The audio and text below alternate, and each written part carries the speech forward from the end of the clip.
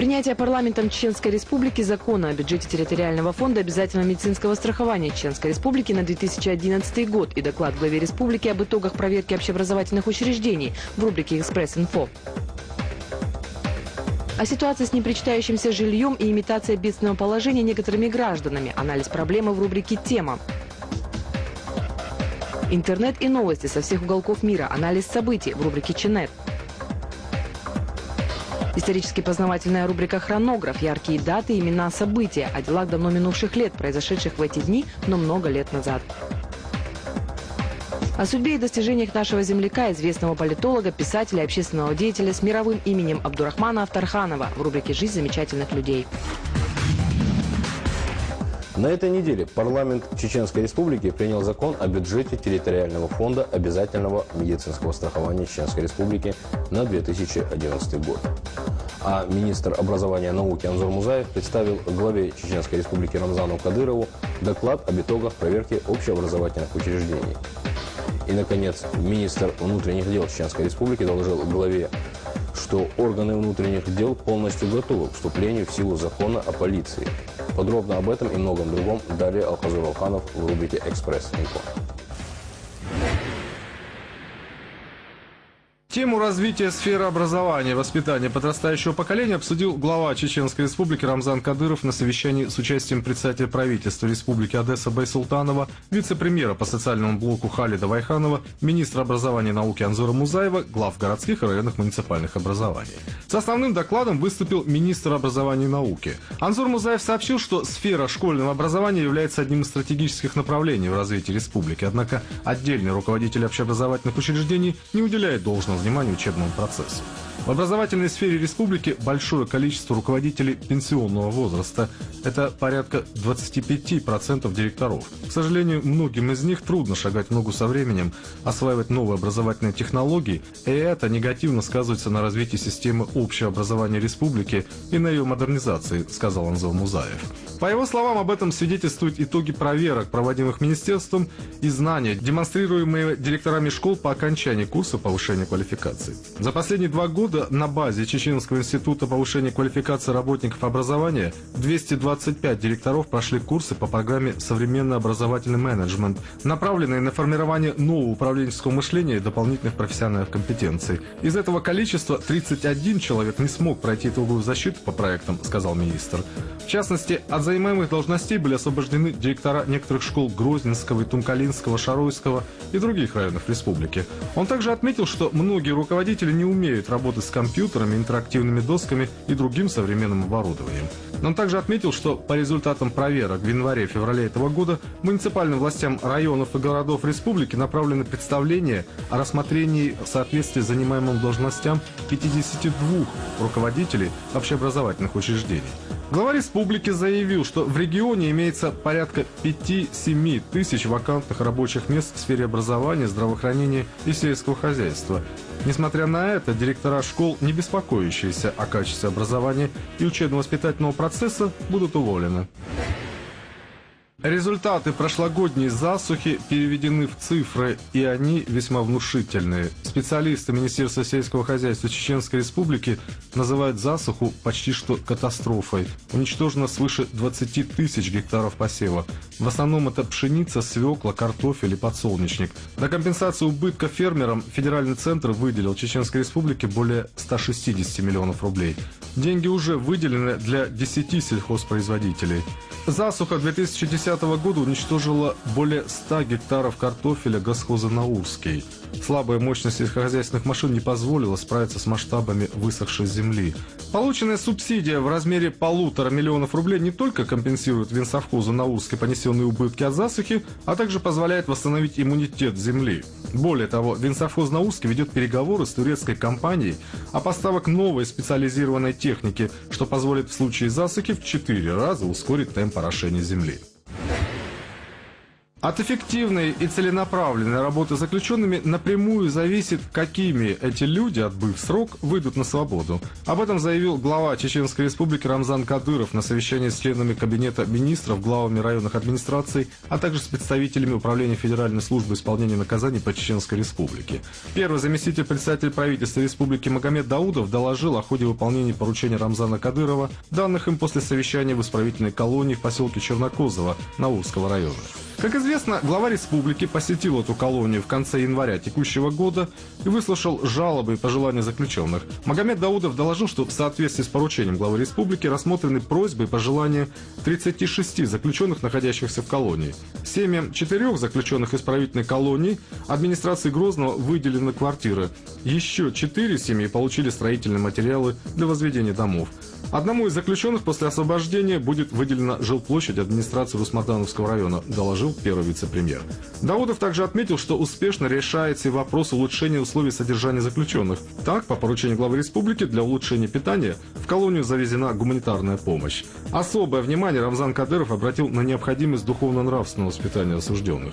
По его мнению, среди 700 заключенных немало оступившихся людей, осознавших свою вину и раскаявшихся. И грамотная воспитательная работа с ними поможет вернуть их после отбывания срока к нормальной жизни.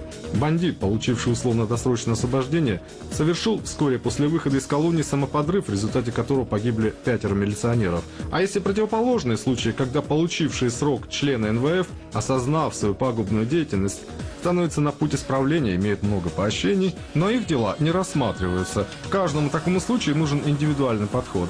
Если преступник готов стать законопослушным гражданином, его следует поддержать и дать ему такой шанс, сказал Рамзан Кадыров. Он поручил главам районов лично посещать колонии для встреч с заключенными, выходцами из своих районов и вести с ними разъяснительную работу.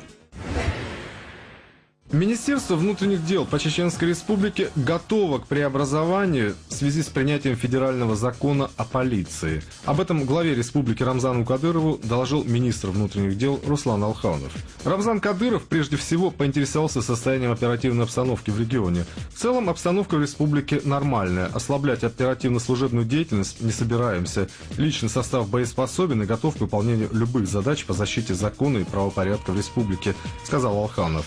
Обсуждая исполнение федерального закона о полиции, Кадыров подчеркнул, что переименование ведомства не должно повлиять на основные функции сотрудников правоохранительных органов.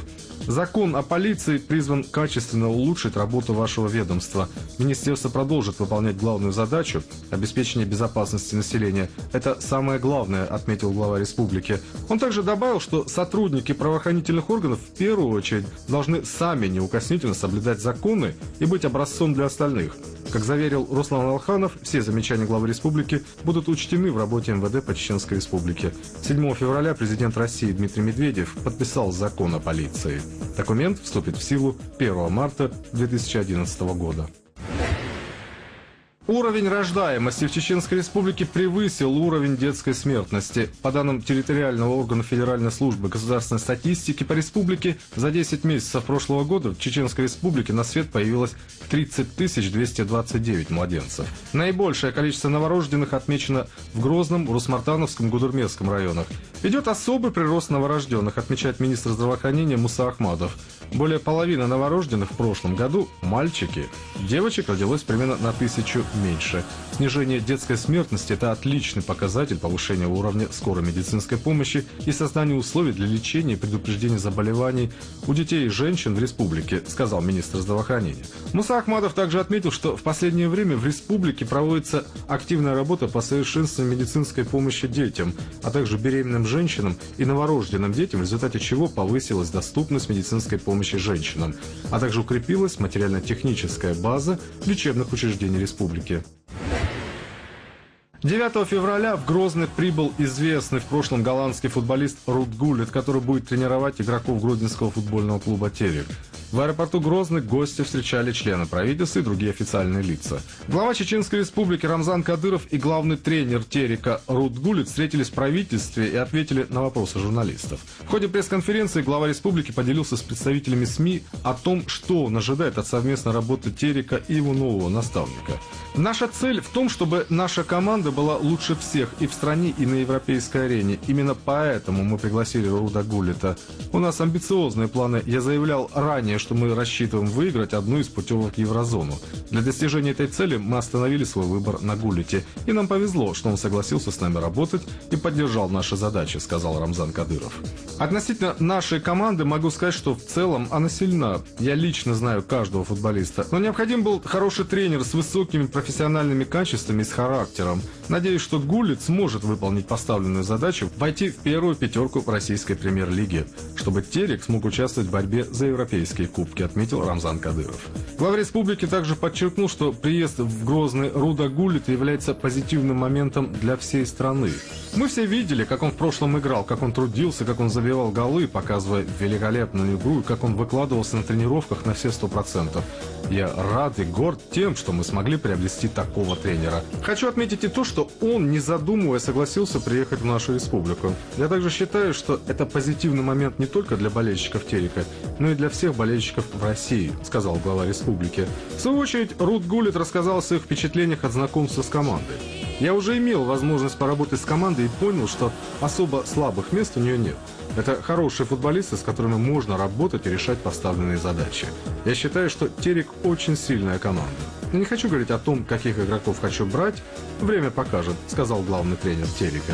На вопрос журналиста, правда ли то, что прежде чем принять решение возглавить Терек, он советовался с Гусом Хидинком, Гуллит ответил утвердительно. По окончании пресс-конференции Рамзан Кадыров вручил главному тренеру Терека футболку с надписью «Гуллит». За активное участие в развитии Чеченской Республики, активную общественно-политическую работу орденом Кадырова награжден руководитель региональной молодежной общественной организации «Патриот» Иса Хаджимурадов. Вручение награды состоялось на торжественном мероприятии, приуроченном к 7-й годовщине создания региональной молодежной общественной организации «Патриот». В ней приняли участие глава Чеченской Республики Рамзан Кадыров, заместитель председателя правительства, руководитель администрации главы и правительства Чеченской Республики Магомед Селимханов, а также активисты организации. Рамзан Кадыров отметил огромную работу, проведенную за прошедшие годы активистами. Он отметил, что, несмотря на трудности, с которыми сталкивалась организация, она достойно реализовала различные программы в духовно-нравственном патриотическом воспитании молодежи. Благодаря целеустремленности и патриотизму активистов организации за 7 лет вами проделан огромный фронт работы. Вы еще раз доказали, что чеченская молодежь является одной из самых активных и инициативных. В республике много нерешенных вопросов, однако самое важное в ее повседневной жизни – это воспитание подрастающего поколения в духе патриотизма и любви к родине. Вы с этой задачей успешно справляетесь, сказал Рамзан Кадыров. Глава республики также отметил, что работа с молодежью является самой приоритетной и призвал усилить деятельность в данном направлении. Настоящий патриот должен быть примером не только в семье, но и в обществе в целом. В нашем народе много молодых людей, понимающих важность сохранения своих духовных ценностей, традиций и обычаев. Наша общая задача – противостоять негативным явлениям, все еще имеющим место в нашем обществе, отметил Рамзан Кадыров. Затем глава республики вручил лучшим активистам движения благодарственные письма и почетные грамоты, а также ценные подарки, денежные поощрения от регионального общественного фонда имени первого президента республики, героя России Ахмадхаджи Кадырова. Руководитель чеченской молодежной организации «Патриот» Иса Хаджимурадов выразил в свою очередь благодарность Рамзану Кадырову, отметив, что данное награждение и поощрение является новым стимулом для активной работы организации. Парламент Чеченской Республики принял закон о бюджете территориального фонда обязательного медицинского страхования Чеченской Республики на 2011 год. Как сообщил исполнительный директор фонда обязательного медицинского страхования Чеченской Республики Данилбек Абдулазизов, бюджет фонда на 2011 год составил порядка 5 миллиардов 200 миллионов 387 тысяч рублей. Из общей суммы на осуществление мероприятий по финансированию территориальной программы обязательного медицинского страхования будет направлено 5 миллиардов 61 миллион 684 тысячи рублей. Из них 97,5% в сумме 4 миллиарда 929 миллионов 875 тысяч рублей направляется непосредственно на выполнение мероприятий в рамках территориальной программы обязательного медицинского страхования, сказал Данилбек Абдулазизов. Фонд в 2011 году осуществит финансирование мероприятий по проведению дополнительной диспансеризации работающих граждан и по диспансеризации пребывающих в стационарных учреждениях детей-сирот и детей, находящихся в трудной жизненной ситуации, за счет средств, получаемых в виде субсидий из Федерального фонда страхования, в порядке, устанавливаемом правительством Российской Федерации. Эти функции выполняются в рамках требований национальных проектов в сфере здравоохранения. Также предусмотрено проведение мероприятий по реализации региональных программ модернизации здравоохранения субъектов Российской Федерации. Также предусмотрено проведение мероприятий по реализации региональных программ модернизации здравоохранения субъектов России. На этой неделе во всемирной паутине интернет достаточно много, впрочем, как и всегда, информации о событиях в Чеченской Республике, как и вокруг нее. А именно, глава Чеченской Республики Рамзан Кадыров и главный тренер футбольного клуба «Терек» Руд Гулит побывали на строительной площадке спорткомплекса имени Ахмад-Хаджи Кадырова. Также глава Чеченской Республики Рамзан Кадыров во время посещения Академии футбола Чеченской Республики заявил, что будущие звезды клуба «Терек» пройдут обучение в футбольных школах Бразилии, Испании и других стран. И, наконец, работники налоговой службы и судебные приставы Чеченской Республики подвели итоги совместной работы в прошедшем году. С подробным анализом интернет-сайтов рубрика «Ченет» продолжит Тимур Нажаев. Глава Чеченской Республики Рамзан Кадыров и прибывший в Грозный Руд Гулит побывали на строительной площадке спорткомплекса имени Ахмад-Хаджи Кадырова. Голландскому футболисту, который назначен главным тренером футбольного клуба «Терек», рассказали об особенностях спорткомплекса. Руд Гулит выразил восхищение масштабами работ. Стадион рассчитан на 30 тысяч зрителей. Помимо главной спортивной арены, в спорткомплексе предусмотрены 2 тренировочных футбольных поля. Затем Рамзан Кадыров и Руд Гулит посетили Академию футбола Чеченской Республики, где их приветствовали воспитанники Академии. Гости вышли на тренировочное поле и провели с юными футболистами короткий матч. Руд Гулит отметил после игры, что у воспитанников Чеченской академии футбола хорошие перспективы. Если подрастающее поколение будет хорошо тренироваться, слушаться тренера и выполнять все его установки, тогда у каждого из них будут хорошие шансы стать профессиональными футболистами. «Все зависит от вас», — сказал Гулит. Глава республики Рамзан Кадыров и Руд Гулит сфотографировались вместе с юными футболистами. Информация о так называемой серии взрывов в Грозном 8 февраля не соответствует действительности. Об этом заявил глава Чеченской Республики Рамзан Кадыров. По итогам состоявшегося совещания с руководителями силовых структур, как доложил начальник управления Федеральной службы безопасности Российской Федерации по Чеченской Республике Александр Кубасов, 8 февраля силовые структуры совместно с Министерством внутренних дел по Чеченской Республике провели в городе Грозном операцию по выявлению лиц, возможно причастных к совершению противоправных действий. Был выявлен ряд лиц, которые подозревались в причастности к незаконным вооруженным формированиям. Руководитель Следственного управления Комитета при прокуратуре России по Чеченской Республике Виктор Леденев также подчеркнул, что сведения о взрывах, якобы имевших место в Грозном, не соответствуют действительности. По предварительным данным, инцидент, имевший место в городе, относится к категории бытовых. Следственные мероприятия продолжаются, отметил Леденев. Министр внутренних дел по Чеченской Республике Руслан Алханов также подтвердил, что речь идет об инциденте бытового характера и что в Грозном спокойная обстановка. Рамзан Кадыров отметил, что лично побывал на месте происшествия. Он также заявил, что причиной взрыва очевидно является нарушение правил эксплуатации газового оборудования. Можно говорить о взрыве бытового газа, так как при осмотре места происшествия установлено, что под киоск, где произошли взрывы, самостоятельно подведены 4 газовых шланга. В самом киоске и ближайших торговых точках даже все стекла остались целыми, а с утра во всех киосках уже люди работают, сказал Рамзан Кадыров. Разработка плана мероприятий по реорганизации строительной отрасли республики и механизмы повышения квалификации инженерно-технического персонала. Эти вопросы стали главными темами обсуждения во время встречи главы Чеченской Республики Рамзана Кадырова с заместителем председателя правительства Чеченской Республики по строительству Абубакаром Тумхаджиевым. Задача, поставленная главой Чеченской Республики перед новым вице-премьером, улучшение положения дел в строительной отрасли.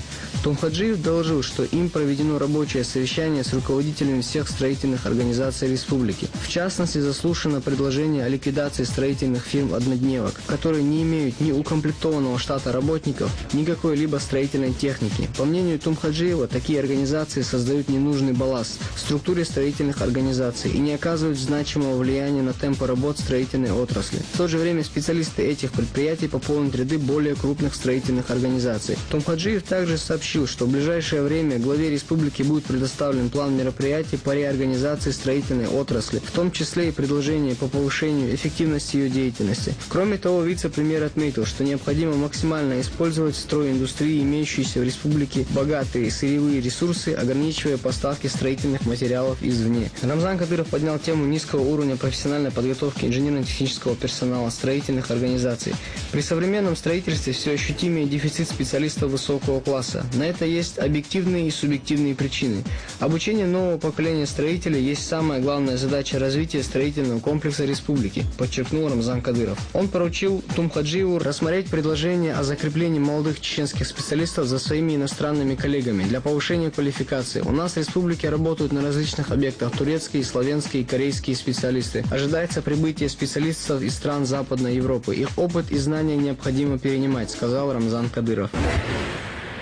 Будущие звезды клуба «Терек» пройдут обучение в футбольных школах Бразилии, Испании и других стран. Об этом заявил глава Чеченской Республики Рамзан Кадыров во время посещения Академии футбола Чеченской Республики. Он встретился с воспитанниками и ознакомился с условиями для проведения тренировок. Юные футболисты продемонстрировали главе республики свое мастерство. По предложению Рамзана Кадырова на поле состоялся мини-турнир среди воспитанников Академии. Победители получили ценные призы от главы Чеченской Республики. Также в ходе визита в Академию футбола стало известно, что юные дарования смогут повышать свой профессионализм в лучших спортивных школах мира. 30 юных футболистов получат направление в лучшие школы других стран. Вы будущие звезды команды «Терек». Вы должны стать мастерами футбола, чтобы стать надежной сменой действующего состава футбольного клуба «Терек», сказал Рамзан Кадыров. Глава Чеченской Республики обратился к воспитанникам Академии с призывом усиленно заниматься самосовершенствованием и развивать игровые навыки. Руководство республики будет и впредь уделять внимание развитию спорта. Сегодня у нас строятся футбольные поля, спортивные комплексы, функционирует Академия футбола. Эта работа проводится для того, чтобы наши футболисты были лучшими в мире. Вы должны трудиться и прославлять нашу республику и народ на спортивных аренах, сказал Рамзан Кадыров. В агропромышленных хозяйствах Чеченской Республики план весенних пахотных работ под урожай 2011 года перевыполнен. Об этом доложил заместитель министра сельского хозяйства Чеченской Республики Ханпаша Матуев. Согласно оперативной информации о ходе полевых работ, в целом по агропромышленному комплексу республики план подъема зяби выполнен на 100,1%. При плане 64 108 гектаров. На сегодняшний день вспахано 64 157 гектаров. Однако выполнение плана достигнуто за счет хозяйств, которые перевыполнили поставленные планы, отметил Матуев. В числе хозяйств, перевыполнивших план пахотных работ на 5-15%, госхозы Самашкинский, Законюртовский, Урожайный и Катар-Юртовский. Назвали и отстающие по выполнению пахотных работ хозяйства. Так, в Веденском районе план пахоты выполнен на 65,6%. Район отстает из-за госхоза Ведено, выполнившего план пахоты всего лишь на 34,7%. Тем не менее, два других хозяйства, госхозы Кирова и Прогресс, выполнили план на 125 и 100% соответственно. В самом крупном Грозненском районе план пахоты выполнен на 92,5%. Из 24 хозяйств района 13 хозяйств справились с намеченными планами. При этом в числе лидеров госхоза Юбилейный, Заря, 60 лет Октября и МТС Агросервис, отметил заместитель министра сельского хозяйства Чеченской Республики. Тесное взаимодействие налоговых органов и службы судебных приставов позволили в 2010 году взыскать в бюджет Чеченской Республики более 91 миллиона рублей налоговой задолженности. В прошедшем году налоговики направили судебным приставам 537 постановлений о взыскании налоговой задолженности за счет имущества налогоплательщиков юридических лиц на сумму 657,6 миллиона рублей. В 2009 году число аналогичных постановлений составляло 333 единицы на сумму 552,8 миллиона рублей. Итогом проведения в прошедшем году исполнительных действий с судебными приставами стало взыскание в казну региона 85,6 миллиона рублей. Кроме того, еще около 5 миллионов рублей взыскано судебными приставами с должников физических лиц. Наглядным примером роста эффективности совместной работы территориальных подразделений налоговых органов и службы судебных приставов стало и отсутствие факта возврата постановлений без исполнения в связи с несоответствием требованиям закона об исполнительном производстве. В Грозном состоялось первое заседание молодежного парламента Чеченской Республики 4-го созыва, на котором избран председатель молодежного парламента и его заместители, председатели комитетов и представители в районах республики. Молодые парламентарии также обсудили план мероприятий торжественного открытия молодежного парламента 4-го созыва, которое запланировано на середину февраля. Молодежный парламент Чеченской Республики – это экспертно-консультативный совещательный орган по вопросам государственной молодежной политики. Он создан при Комитете правительства Чеченской Республики по делам молодежи в 2005 году. Основными задачами молодежного парламента являются всестороннее содействие развитию молодежной политики Чеченской Республики, содействие укреплению общественного молодежного движения в республике, развитие гражданского самосознания и правовой культуры молодежи, приобщение молодежи к государственному управлению, разработка предложений по решению молодежных проблем.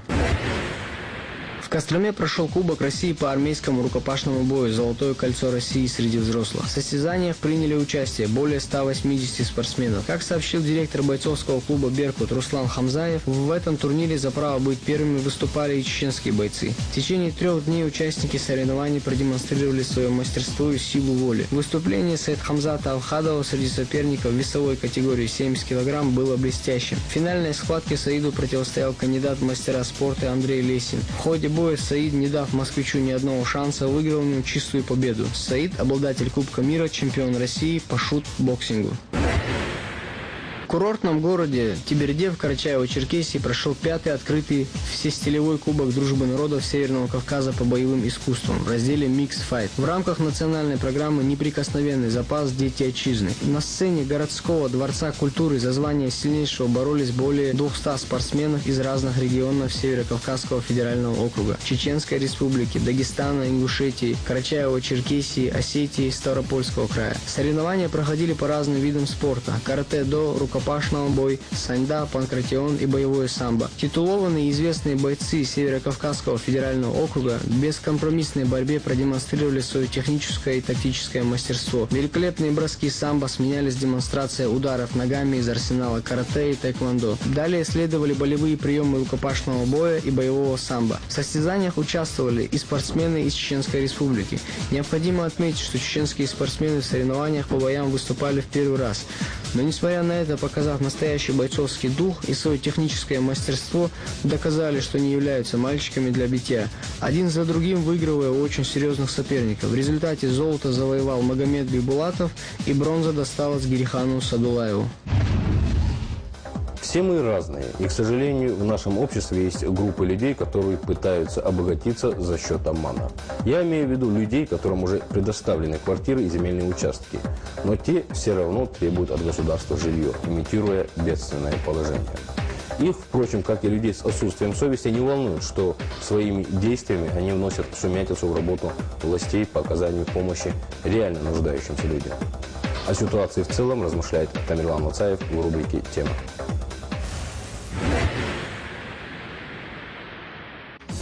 Если большинство жителей Чеченской Республики понемногу преодолевают послевоенный кризис и уже вошли в поток обыденной мирной жизни, то существует контингент, который до сих пор не имеет возможности вздохнуть полной грудью. Данная категория людей, потеряв жилье в ходе военных действий, в настоящее время все еще проживает в пунктах временного размещения и общежитиях.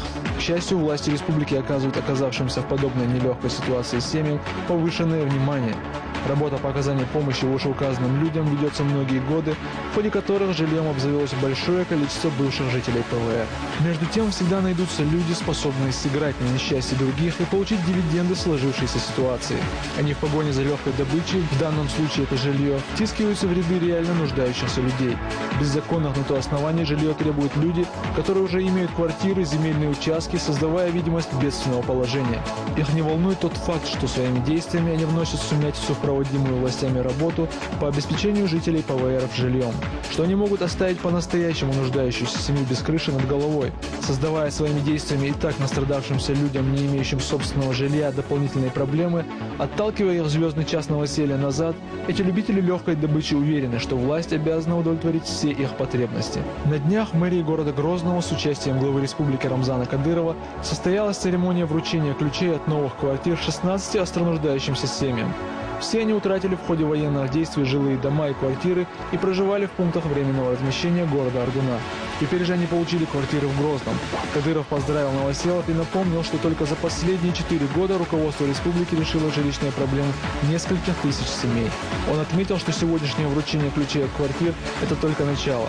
По его словам, в ближайшее время будут приобретены еще 76 квартир, которые получат обитатели общежития города Аргуна.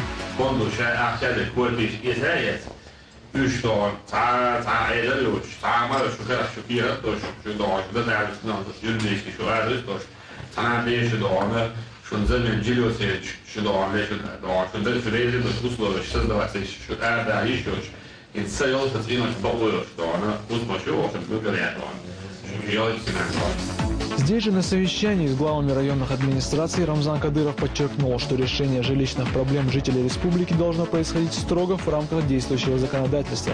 Он отметил, что есть случаи, когда без законных на то оснований жилье требуют люди, которые уже имеют квартиры или земельные участки. Рассмотрев списки обращений некоторых якобы нуждающихся, собравшиеся пришли к выводу, что заявления определенных граждан во всевозможные инстанции не обоснованы реальной необходимостью. Глава республики подчеркнул, что государство выделяло и выделяет жилье только тем, кто действительно нуждается в нем. Он заверил собравшихся, что власти республики и впредь будут помогать всем, кто действительно потерял жилье, кто в течение долгих лет ютится по съемным углам, кто по различным объективным причинам не имеет постоянного источника дохода.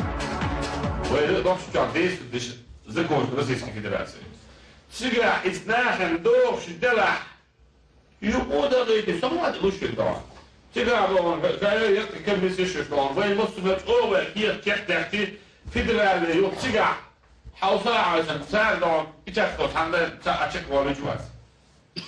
Oduna böyle prokuratura evde struktur çekiyor şeyler. İşte problema jest na samom delu. Yusuf don onda diye приказам делать. Царь ахасыл don bu çek mosdo don emş bir tutuyor don ah halot ne don işte de alı boş. И حاجات حوالي شو تقولتي من ديك الواسو. لتساعد إنه ديك الواسو на самом деле. Şey, не только да есть такое şey don. Да есть дочек, а дешь don. Наоборот, благодарны как есть вот надо. Да что из бушека повыше чана. طلع مش عامل شو خلاف. تقول يا رياض يا تعال غلط ليروح غلط بتاع وتسجع عامل شو احكورت سناك تلكورت شغلك او اطلع لي دون حاول تقرب لي الجوير دخل كورت سناك ناغ دون ها رمز ار وصبوا صبرنا شو ويش شو كان كورت البروفيشنال خلقنا شو بقى كورت او ناغ اخر سناك يوم سان كورت ميلس نو بريمير دون شبيه تبغى ناخذ كورت شو بقى شو نا ايدي درو تو خذ يشتري بعد ذاك الجنيوس هذا شو نا بروبليم خونا بروبليم ما دون جا ورا دين ناقص يا باك كنجن هل دون بولين جدون نفسه دون سيسوي جيد صبيات شو قاعد ارجع دون وتم سجل بين شو بين ايشتان خاطر بروبليم يورا شو ده وخيت اخي او شيء كيتش خلش ده لازم تحقيق شو تحقيق شو سمعني بلاجيني حاوزه عشان اوه شو ده لو تيجي مو وجبت ولا كبيره وجبت كبيره ده ما يخلق عقود دول خشوصا بونا بيش غير نابوش دون وده ويا دون شو تعبيت فلا عيواتي. Таким людям, без сомнения, испытываешь искреннее сочувствие. Ведь проживать долгие годы в палатках и общежитиях, не ощущая домашнего уюта, не имея возможности создать домашние очаги и планировать дальнейшую жизнь, мягко говоря, нелегко. Лишившиеся домов и квартир с надеждой смотрят в будущее, ожидая своей очереди на получение жилья. Благо, в Чеченской Республике данную категорию людей не забывают. Программа по оказанию помощи иждивенцам последовательно реализуется.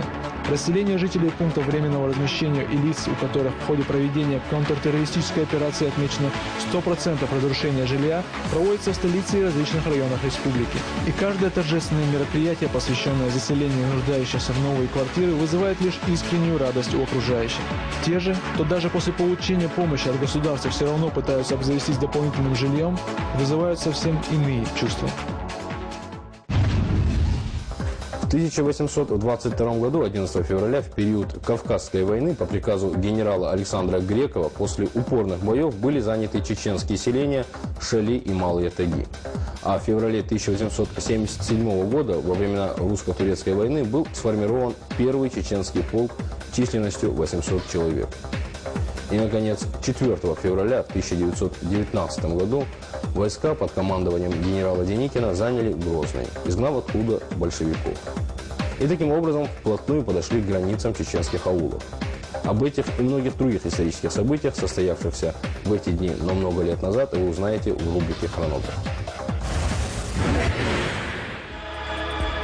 12 февраля 1708 года за 2 часа до рассвета восставшие горцы подошли к городу Терки и расположились в окрестных садах, выбрав для себя здесь удобную позицию. Впереди восставших во главе с Муратом Кучуковым шли Уздин Лузан и 2 чеченца, показывая путь к крепости. Под покровом ночи восставшие незаметным образом проникли в город Терки. Город состоял из деревянных строений и укреплений. Разгорелось сражение между восставшими и военным гарнизоном города. Борьба длилась до 4 часов следующего дня. Первое сражение восставших с царскими войсками закончилось победой горцев. Восставшими было сожжено много строений и укреплений терской администрации. Много было убитых, раненых и взятых в плен. Кроме того, восставшие захватили в Терках 10 пушек. В 1822 году, 11 февраля, после упорных боев были заняты селения Шали и Малые Атаги. По приказу генерала Александра Грекова оба селения, одни из крупнейших в Чечне, были истреблены до основания. Эти 2 селения были приговорены Грековым еще задолго до февраля 1822 года. Начальник левого фланга ошибался в своих расчетах относительно покорения чеченцев. Февральская экспедиция 1822 года, уничтожение 2 крупнейших чеченских селений Шали и Малые Атаги, не только не привела к успокоению чеченцев, а напротив вызвала новый взрыв недовольства. Оно показало, что ни одно селение, каким бы крупным оно ни было, не сможет защитить себя от царских войск и необходимо объединиться в борьбе за свою свободу и землю. Февральская экспедиция Грекова в 1822 году имела в Чечне широкий резонанс и фактически послужила тем завершающим звеном, которого недоставало в процессе консолидации чеченского общества, и итогом ее явилось движение под руководством Бейбулата Таниева. В 70-х годах XIX века, накануне новой войны России с Османской империей, назревавшейся вследствие исторического спора 2 империй по Балканам и Кавказу, царское правительство стало строить планы использования военного потенциала горцев Кавказа. В феврале 1877 года был сформирован первый чеченский полк численностью 800 человек. Как и большинство частей, сформированных из горцев Северного Кавказа, он активно действовал на Кавказском фронте. В целом, всадники чеченского полка, как и всадники других горских полков, во время боевых действий проявили себя лучшим образом. Они слаженно действовали и в конном, и в пешем строю, метко стреляли на полном скаку. Тактика боя горцев против неприятеля на пересеченной местности, применение рассыпного строя, умение быстро строить блиндажи, волчьи ямы, завалы, действовать небольшими группами остались непревзойденными ни русскими, ни турецкими войсками. За участие в боевых действиях многие горские всадники получили боевые награды и офицерские чины. В результате Первой мировой войны, которая вызвала резкое обострение отношений между богатыми и бедными, возросло недовольство и сопротивление рабочих и горцев тяжелому гнету колониальных властей. Почти все взрослое казачье население, а также каждый 3-й рабочий были мобилизированы в армию. Из добровольцев чеченцев и ингушей были сформированы 2 конных полка. Исключительно тяжелым было положение трудящихся Чечни, и в частности рабочего класса. В феврале 1916 года Грозный становится одним из центров революционной борьбы на Северном Кавказе. В 1916 году в связи с империалистической войной росло недовольство крестьянских масс. В связи с этим были отмечены массовые выступления крестьян-чеченцев во Втурах, Ведено и в других селениях. 4 февраля 1919 года войска под командованием генерала Деникина заняли Грозный, изгнав оттуда большевиков, и вплотную подошли к чеченским аулам. В Чечне, как и на всем пространстве бывшей Российской империи, общество было политически расколото. Наряду с националистами и исламистами здесь были и сторонники большевиков, а также приверженцы белого движения. Однако перед угрозой деникинского вторжения произошло объединение большей части политических сил Чечни. Временно их поддержали воевали и русские большевики. В марте и апреле 1919 года под селениями Гойты, Бердыкель, Алханюрт, Сасанюрт и другими развернулись ожесточенные бои между чеченцами и частями добровольческой армии. Потери с обеих сторон были ощутимыми. Так, из защитников селения Гойты попало более 200 чеченцев и 20 русских красноармейцев. Под Алханюртом было убито более 400 чеченцев и 700 белых. Деникинцам удалось на время закрепиться в плоскостной Чечне. Что касается горных районов, куда отступили их противники, там к 1919 году образовался мусульманский эмират со столицей в Видино, возглавляемый шейхом Узун-Хаджи.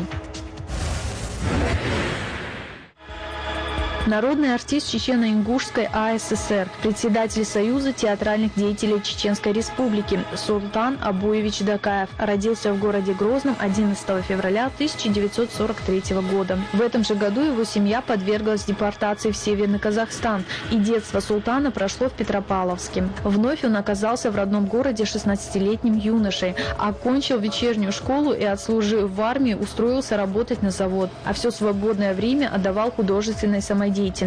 Парни заметили, и в 1968 году, когда он был студентом Чечено-Ингушской студии ГИТИСа имени Луначарского в Москве, ныне Академии театрального искусства. После вуза Султан Дакаев стал работать в Чеченском государственном театре имени Хампаши Радилова, навсегда связав с ним свою жизнь. Он был занят практически во всех постановках. Дакаев имеет широкое актерское амплуа, поэтому он играл и комедийные, и трагедийные роли. Его любимые спектакли «Гамлет» и «Отелло» Шекспира, маленькие трагедии Пушкина, «Женитьба» Гоголя и «Божали» Хамидова. Известный политолог, писатель и общественный деятель с мировым именем. Признанный в многих странах ученый, чьи труды издавались на многие языки мира. О судьбе и достижениях нашего земляка Абдурахмана Афтарханова рассказ продолжит Зулай Байдаева в рубрике «Жизнь замечательных людей».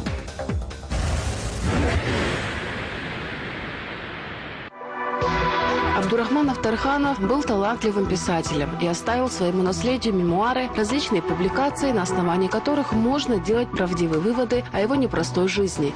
Именно на них базируется самая правдивая биография. Абдурахман Афтарханов родился в чеченском селе Лаханёври. Учился одновременно в двух школах – в русской и арабской. После окончания школы у него была возможность продолжать образование на месте только в мусульманской духовной семинарии – медресе, но он был исключен за чтение светской литературы. В 1923 году убежал из дома в город. По окончанию 7 класса Афтарханов пошел учиться в областную партийную школу. После ее окончания поступил на рабфак – рабочий факультет. В 1920-30 годах там проходили подготовку в вузы молодые люди, не получившие своевременное среднее образование. Афтарханов, не окончив рабочий факультет, вступил в коммунистическую партию Советского Союза. И это дало ему возможность по рекомендации чеченской партийной организации поступить в институт красной профессуры. Это была уникальная возможность для молодого, амбициозного чеченца. В университете он сблизился с кружком сторонников Бухарина, многие из которых тесно лично общались с лидерами правой оппозиции. В 1928 году он был переведен на второй курс подготовительного отделения КП, но бросил учебу, обосновав свое решение желанием получить техническое образование. Он вернулся на рабфак на родину, окончил его в 1929 году и попытался поступить в Грозненский нефтяной институт. Однако партийное руководство Чечни не дало ему продолжать образование и мобилизовало на партийную работу.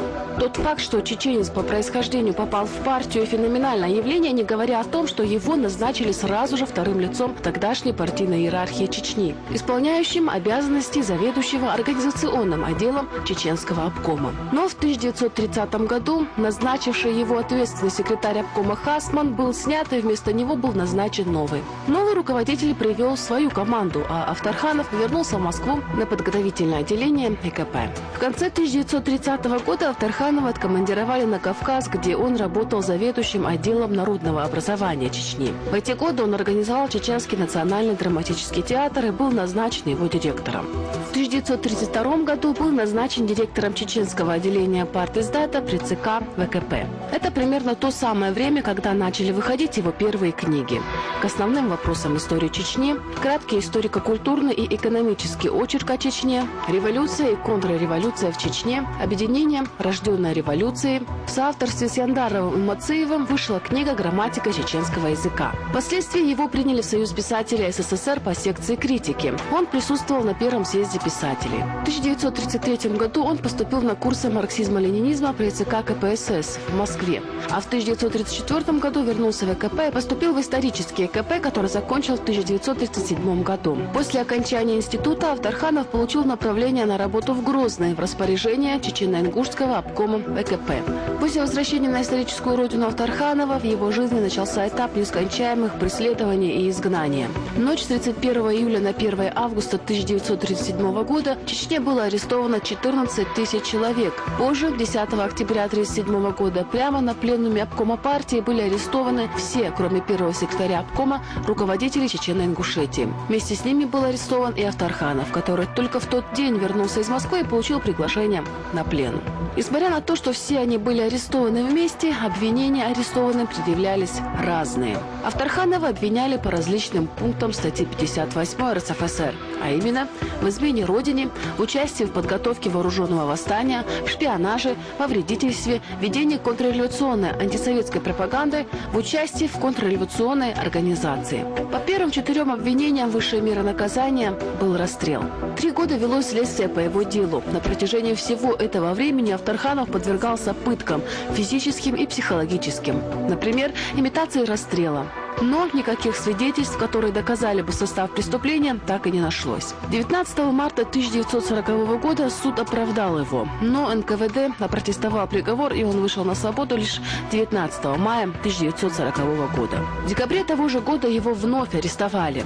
В конце концов, он был полностью оправдан Верховным судом РСФСР и вышел на свободу 22 апреля 1942 года. В результате всех испытаний, мучений и несправедливых обвинений Авторханов дал себе клятву бороться с советской властью всеми возможными способами. В январе 1941 года в Чечне началось народное антисоветское восстание под руководством Хасана Исраилова, друга детства Авторханова. В феврале 1942 года Исраилов, объединившись с руководителем другого восстания Майрбеком Шариповым, полностью контролировал всю горную Чечено-Ингушетию. Восстание планировалось распространить на горные районы Грузии, Дагестана и других кавказских территорий. По личному поручению Берии Авторханов был направлен к Исраилову с задачей либо убедить его сдаться, либо лишить его жизни. Вместо этого Авторханов во второй половине 1942 года ушел в подполье и перешел линию фронта.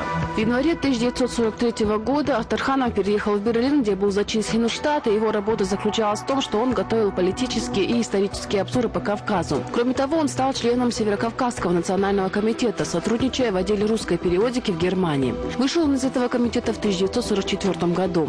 В этом же году Авторханов покинул Берлин и пробрался в американскую зону оккупации. Совместно с бандеровской организацией «Антибольшевистский блок народов» издавал журнал на русском языке «Напад», где под псевдонимом поместил серию статей. В 1948 году он прочел цикл лекций о Советском Союзе в военной академии, которая впоследствии стала называться Русским институтом армии США.